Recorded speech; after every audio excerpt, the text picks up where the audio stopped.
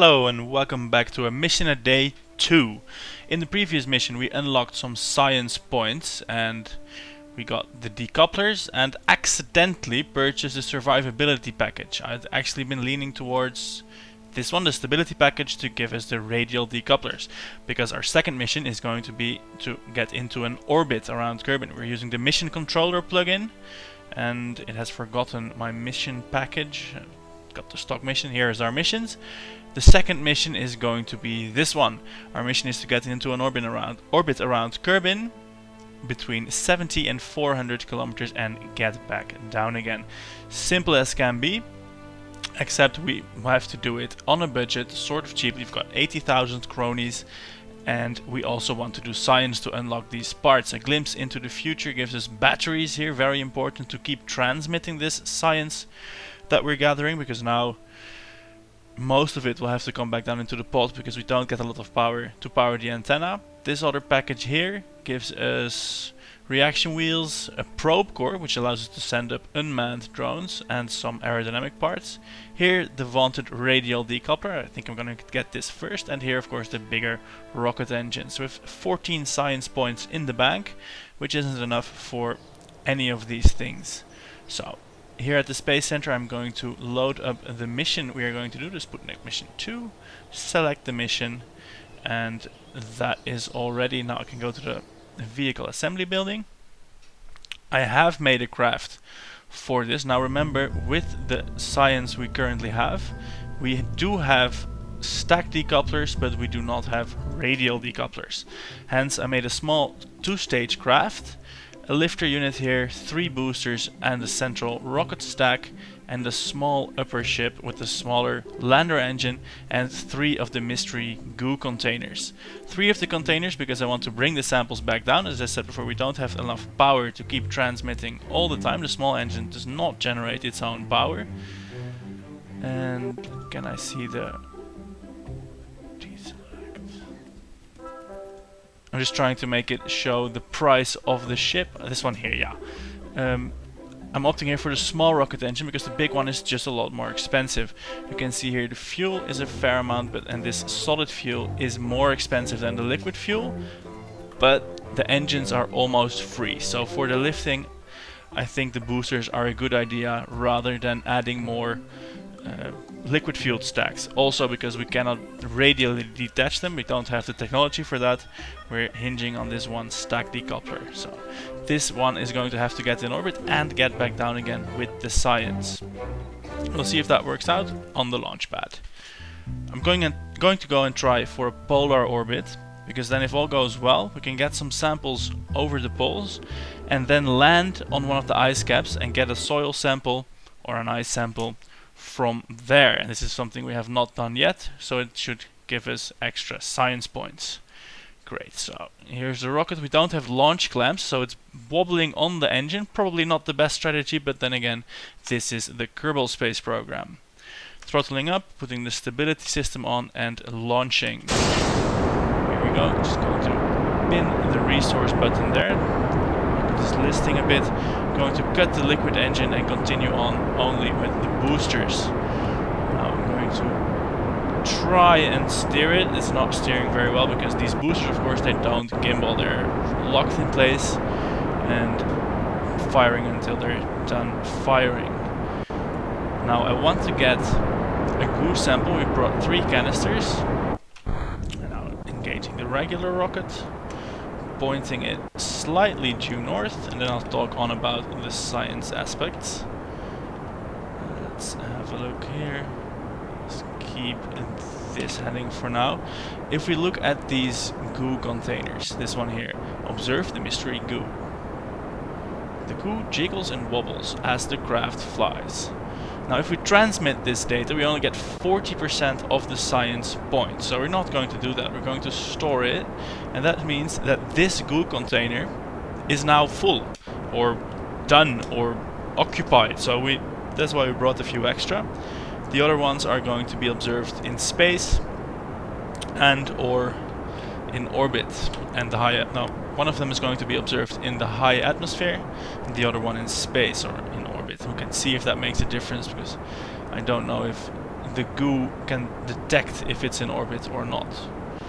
First challenge, of course, is going to be, will we actually make it to space? I did not test this rocket beforehand, and the fuel is running dastardly low. We're only at 28 kilometers. We do have a second stage, but it's a terrifyingly small one. So we are about to see how this goes. Maybe I did the pitch over too early. I'm not sure if it all falls down. At least we'll get a bit more science, so our next mission will then be able to complete here. Observe the mystery goo here.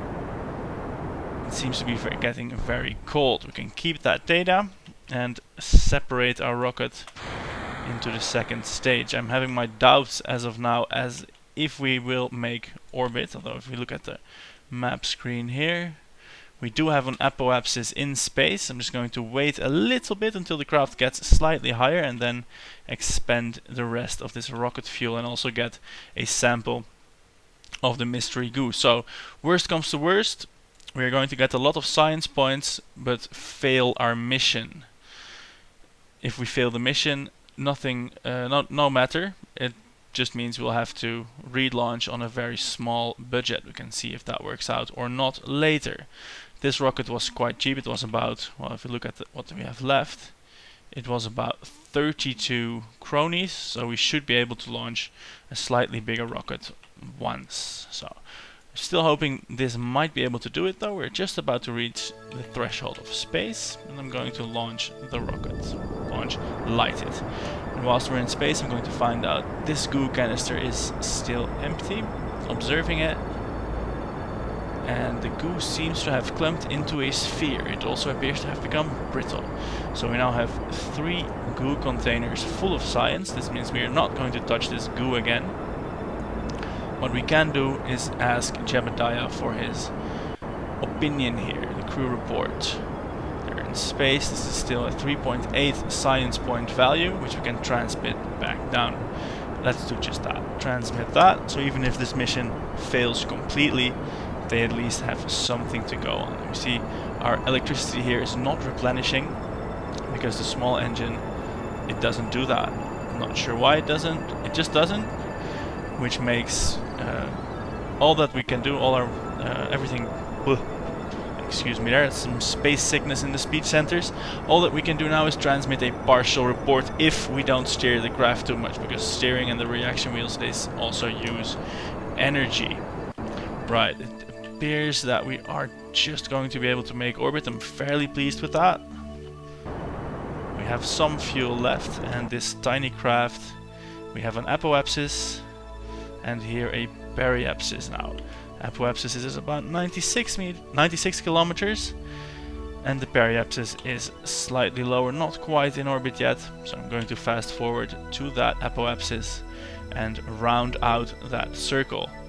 Our mission, it requires we establish an orbit above 70 kilometers and remain there for 4 hours. Fortunately, we have time acceleration in this game, otherwise it would be quite a boring mission.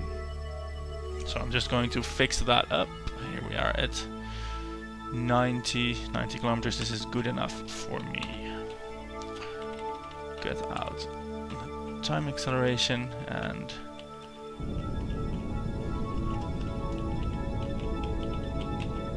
wow, it seems they updated the ice caps. They look quite pretty if you do ask me. So, here we are, well in orbit. And Jebediah is looking very happy. Now we can ask him, see if the science thing, if there's more science to be done from orbit. Crew report, please. No, this is just the same. We're in space now. What we could do is try and do an EVA over the poles, see if that makes any difference. So we have our guy, he's in space. Steer him away from the craft. You don't actually need to steer away from the craft, but the EVA doesn't really count if you're hanging on to the ladder, I don't think. Above Kerbin's ice caps, nice. It keeps that as a separate one. Gonna keep that because the transmission would only give us 50% value. And get back into the ship. Get ready for your 4-hour long haul. Enter the lights And as I sit out these 4 hours, I will fast forward this for you. So see you in a bit.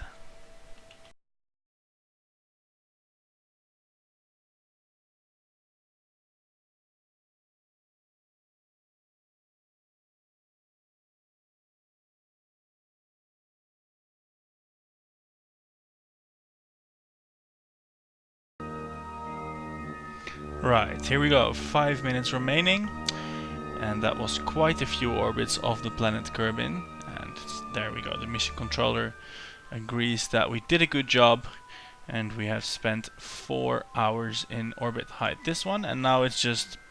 Now all we have to do is land back on Kerbin, if we can find it. There it is. If you remember, I said I wanted to land on one of the ice caps. Now the orbit did end up a little bit slanted. And let's see, our altitude is currently increasing. We are heading this way. I am going to try and hit the ice caps, these ones here, by immediately braking. And not because I calculated that's a good move, but basically because I just want to immediately brake. So here we go, firing up our remaining rocket fuels. Makes the camera go all weird. We have to look at the map view if that is in any way turning. Oh shit. I'm forgetting to account for the drag we'll have upon entering the atmosphere. So I'm going to turn around again and boost our trajectory a little bit, because we will be slowed down quite tremendously by the air. Obviously, any rocket scientist should know this, but Jebediah is a little bit space drunk after his prolonged orbiting of the planet. He might be a little dizzy even, but no, I am. Yes, let's go with this, and we have a sliver of fuel remaining to correct our course. Now, if we get any ice on this trip, I will be well amazed. So, here we go. Accelerating time, and about to enter the atmosphere right here. Yeah, I feel like we need more braking because we are already over the ice. It could have been dropping down already. So, full reverse, and we're just going to burn up all the fuel this way. Full reverse. Bet you will end up in that 1 pixel of blue ocean. Well, wherever it's going to be, we're not going to be able to change it now because all the fuel is gone. Our trajectory puts it there. At least I'm confident in saying it will be on land. So the vessel will be recoverable, and well, if we land on ice, that will just make me look all the better. Going to accelerate time a little bit. We have the physical time warp. No, don't use it with large ships. Fine, fine, fine. This is not a large ship, we can use it. Also, we're not trying to maneuver or anything, so we're definitely in the atmosphere now. We're at 40 kilometers, and we can get rid of this physical time warp. It's going fast enough as is. I think we are going to end up in these mountains, which might still count as ice. I'm not sure about that. Perhaps we can have Jebediah give a crew report, say what he has to say about that. Kerbin's upper atmosphere, not very interesting. Discard that data. Does he have anything to say while he's burning up, maybe? No. Doesn't care about that. I'm anxious to get the science points we gathered on this mission. It will allow me to get radial decouplers and some bigger engines and an unmanned probe. One of the missions, I've been browsing through them a little bit. Some of them require unmanned probes, some of them require crashing things into celestial bodies, and obviously we don't want to be crashing poor Jeb here. He's been much too he's been a good trooper on these science gathering missions. I hope these goo containers are heat proof. I think they are. And we are just going to overshoot the ice mountains by, well, 100 meters or so. I'm sure Jeb is happy about that. Landing in an ice mountain, probably not his idea of a vacation, although a vacation for him, no, that's not an ice mountain. It has to be an erupting volcano or something silly like that. Anyhow, I wonder what this surface sample will count like. And it is about time to deploy our trusty parachute. I'm not trusting the altimeter here at 5 kilometers. These mountains could well be a few kilometers above sea level, and if I am gauging this distance right, they might very well are. Right, so when this mission lands, we're going to go recover it, go into the tech tree and see what we can get, and then decide on a mission for tomorrow, because this is a mission a day and we do one mission a day. If you've been liking it so far, be sure to leave a comment or subscribe to the channel. I do try to make new videos regularly. There's been a lot of silence lately. Had some computer problems, had some weather problems. It was summer here and my computer room got up to 50 degrees, not very pleasant to be in, so I did not. Not going to apologize for that. There's better things to do in blasting sun. Fortunately, winter is here, and that means also a new influx of videos. So if Jeb would just hurry up and crash land his science vessel, I can go ahead and recover the science. That is always a rough landing. No. Don't tumble down the mountain. I was afraid if it was tumbling, the science would get dislodged and contaminated. So, as planned, Jeb is going to get out. He will plant a flag and collect a surface sample for recovery. So, plant the flag, go on.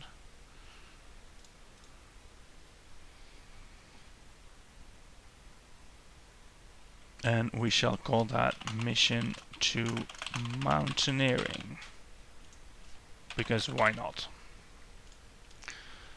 Our Jeb is going to take the ritual few steps, and he's going to take a surface sample, dirt and grass and some small rocks. You suspect this isn't going to be much of a groundbreaking discovery from the highlands. Damn it, there's still polar ice to be had. So he will keep this and we will move to the space center. No, we have to finish the current mission. Oh, thank God. If you forget this, all the credits are gone. So finish the mission. We've got 103 credits for next mission, and now we can go to the space center. Whew. That was a close one.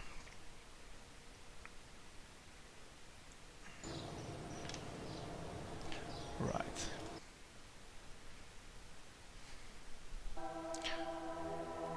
So we're going to recover the mission 2 craft. Sure to recover it. And it has the EVA report from space, just to confirm the 3 mystery goo observations and the recovery of a vessel returned from Kerbal in orbit. So a lot of science points, 60 to be precise, back into the space center. And Jebediah Kerman himself, of course, also carrying some science in the form of rocks. So now we have 2 flags left here on Kerbal. Great. So, at the space center, we can have a look at the mission controller plugin. Our next mission, the Sputnik level 3, will be quite similar, establishing a stable orbit around Kerbal outside of its magnetic field. This one has to be above 400 kilometers and below 1200 kilometers. It requires me to bring a mystery goo containment and an antenna. So pretty much the same mission, except we're going a bit higher for science. So I think I'm going to go again into a polar orbit and try and hit that ice cap. First though, our technology for the next mission. We have 69 science points here. First things first, we're going to get that radial decoupler. Research that for 18 science points. After that, for 45 science points, we can choose now for 45 science points the battery, which will be amazing, and then we can transmit a lot more science data. Another science experiment thing, which will be amazing for science as well, and another transmission system. I'm not sure what that will do, that the antenna does not. Anyway, more science, or what we have here is flight control, reaction wheels, a probe core, meaning we don't send astronauts. We don't want this for now. Or construction, struts, launch clamps. These are very nice. That means the rocket will be a bit stable on the launch pad. Another radial decoupler and the tri-coupler. This is just general rocket construction for 45, or the more basic one with a slightly more powerful engine and a big solid fuel booster. This is quite a tough decision actually. I am going to go for... I'm going to go for the science kit. It will hamper construction a little bit, but we have enough parts to make a high orbit craft. So we're going to go for the science kit. And this will open up a lot more things we will have a look at later.